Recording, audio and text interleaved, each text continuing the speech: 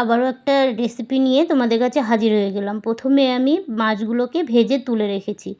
যে এই রেসিপিটা করতে গিয়ে আমি সর্ষের তেল ব্যবহার করছি। সর্ষের তেলটা গরম করে নিয়েছি। 2টো লবঙ্গ, একটা দারচিনি, বেশ একটু 1 ইঞ্চি মতো, আর 2টো এলাচ দিয়ে এটা ভালো করে ভেজে নিয়েছি যতক্ষণ না গন্ধটা ছাড়ছে। এবার 1 ইঞ্চি আদা বেটে রেখেছিলাম, সেটাকে দিয়ে একটুখানি ভাজা করে নিলাম। আর হাফ টমেটো ছিল, হাফ টমেটোটা, একটা গোটা টমেটোর হাফ দিয়ে ওটাকেও পেস্ট করে রেখেছিলাম, ওটাকে দিয়ে ভালো করে ভেজে নিলাম। এবার হাফ চামচ জিরের গুঁড়ো, পরিমাণ মতো লঙ্কার গুঁড়ো আর হলুদ গুঁড়ো দিয়ে দিয়েছি। দিয়ে আবারও একটু নাড়িয়ে নেব।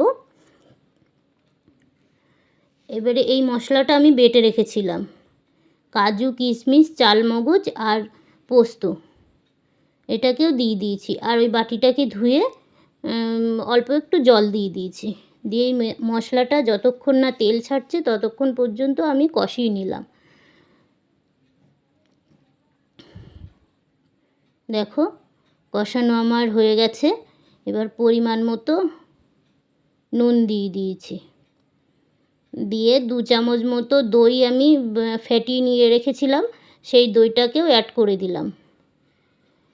এখানে আমি 6 থেকে 8 পিস মাছের কালিয়া করছি। তোমরা আরও বেশি করলে সেইটা মশলাটা বাড়িয়ে কমিয়ে নিতে পারো। আমি পেঁয়াজ রসুন ছাড়াই মাছের কালিয়াটা করেছি।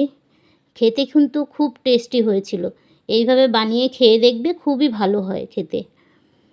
এবার জল দিয়ে দিয়েছি পরিমাণ মতো। মাছগুলো দিয়ে 5 থেকে 7 মিনিট পর্যন্ত ফুটিয়ে নিয়েছি। এবার একটু নাড়িয়ে চাড়িয়ে তারপরে নামিয়ে নিলেই আমার কালিয়া রেডি।